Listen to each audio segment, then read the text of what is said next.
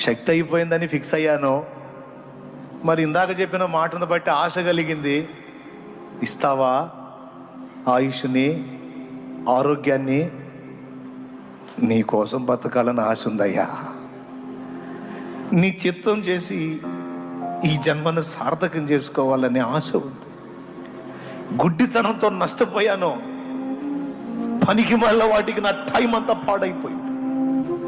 Chance ఇస్తావా? స్వస్థపరుస్తావా?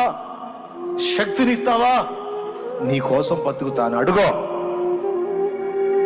ఏ రోగం నీ మీద ఏలుబడి చేసిద్దో అది కూడా చూస్తాను నేను. నా దేవుని నామంలో అడ్రస్ కూడా ఉండదు నీ రోగం. యేసునామములో. హల్లెలూయా. కొంతమంది అంటారు, నాకు పిల్లలు లేరు అన్నయ్య, ఆ పిల్లల కోసం ప్రార్థన చెయ్యి అంటారు. పిల్లల తల్లి రాకడ దగ్గరికి వస్తుంది. మరికొన్ని సంవత్సరాల్లో అంత్య అబద్ధ క్రీస్తు బయలుపడబోతున్నాడు.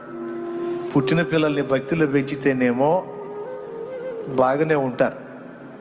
భక్తిహీనంగా పెంచితే ఆ ముద్రయించుకున్న గుంపులో ఇళ్ళు ఉంటారు. ఇంతకు ముందు పిల్లలు అంటే అది వేరే సంగతి కానమ్మా.